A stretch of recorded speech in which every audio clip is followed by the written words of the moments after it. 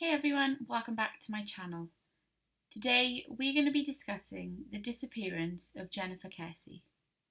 Jennifer Kesse was born on the 20th of May 1981 in Florida to a close-knit family. She had an excellent relationship with both her parents and her one brother. While she lived 90 minutes away from them, she was renowned for her ability to keep in contact.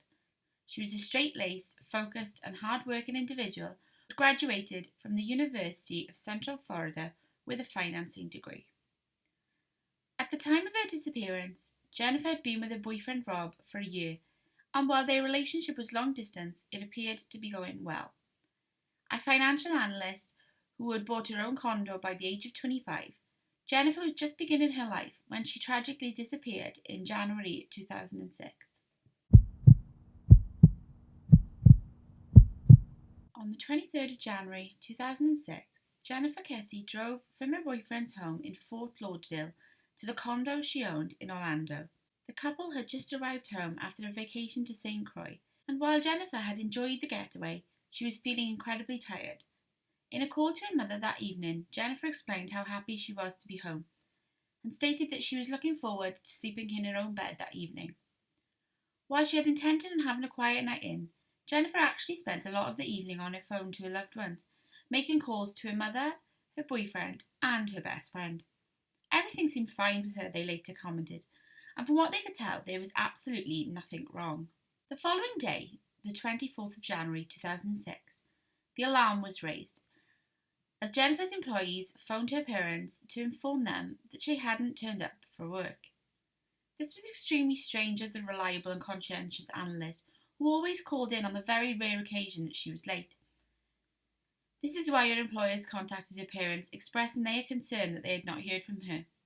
Immediately after that call, her parents attempted to contact her and were shocked to find that all calls were going to answer phone, something that was extremely out of character.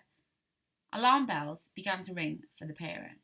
The parents quickly took the decision to drive down to Orlando, immediately recognising the strangeness of the situation. Jennifer's brother also went with them.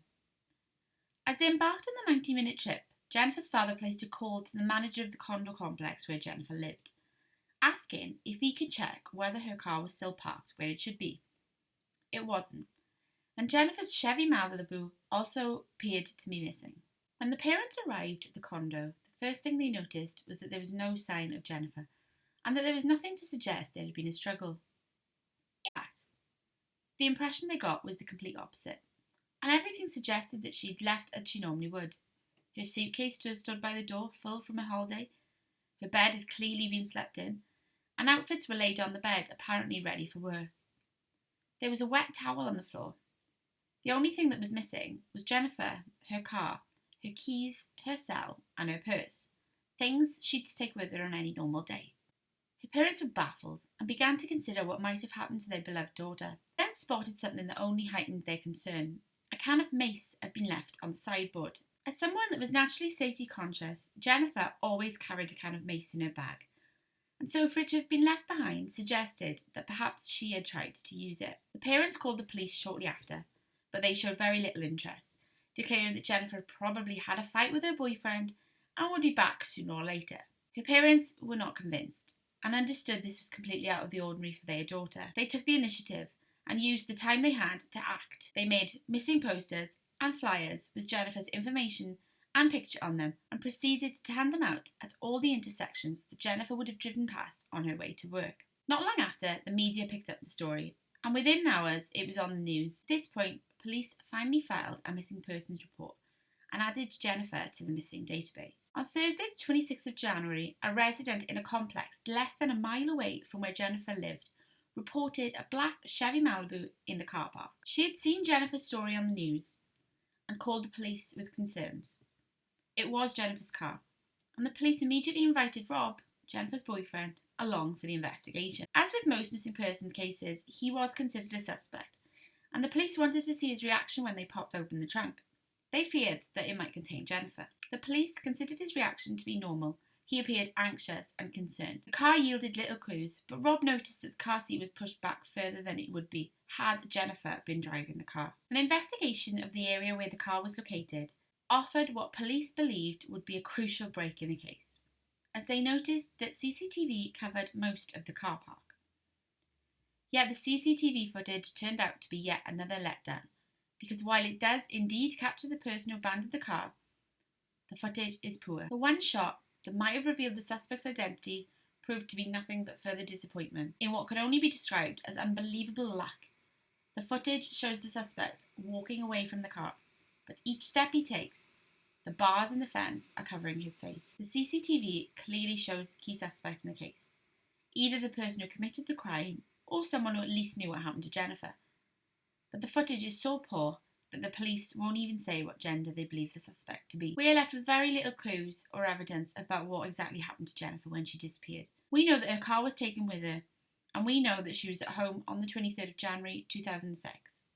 We can summarise that she either was kidnapped before she left that house or on her way to the car to go to work that morning. In the initial investigation, the police focused on those closest to Jennifer, as is often the case in missing person inquiries. This means that the father, the brother and the boyfriend were initially considered a suspect, but they have been ruled out. At the time Jennifer went missing, the area in which she lived was considered rough and was undergoing a lot of construction and investment. The complex in which Jennifer's condo was based was undergoing development, and she had previously expressed some concern at how construction workers behaved around her. Her parents recall that she would often call them when she was walking to her apartment, just so she could avoid small talk. It also means that half the units in the complex were empty, and as a result, there was less witnesses than there might have been. It later came to light that many of the workers were illegal, and when police started asking questions, many disappeared. One particular construction worker became a person of interest, as years later he was arrested for sexual assault.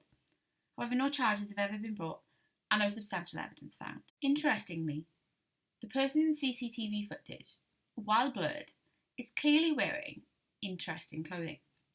Some have speculated that it seems to be the clothing of a construction worker, and that would seem to fit with this overall theory. The police were also pointed towards an ex-boyfriend who happened to be in the bar near the condo the night she went missing. It was a relationship that seemed to have ended badly. To this day, he hasn't been ruled out. I believe that something happened to Jennifer as she was leaving her condo for work that morning. The scene in her condo suggests that she had woken, got ready for work, taken a shower, and was shuffling through her clothing deciding what to wear. I think she grabbed her handbag, her personal belongings, and got ready to go. At this point, I think one of two things happened. I think she either had a knock at the door and someone tried to force her into her condo, or she encountered someone in between the hallway and her car and was forced into her car.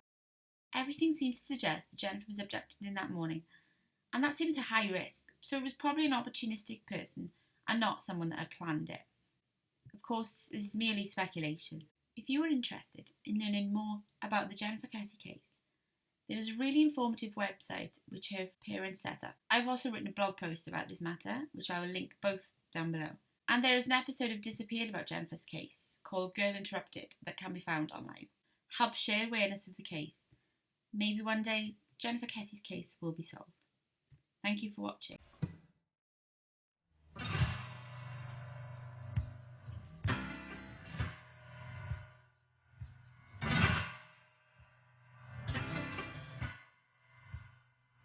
Have you seen his face? Does it ring a bell? Does it strike a chord sound?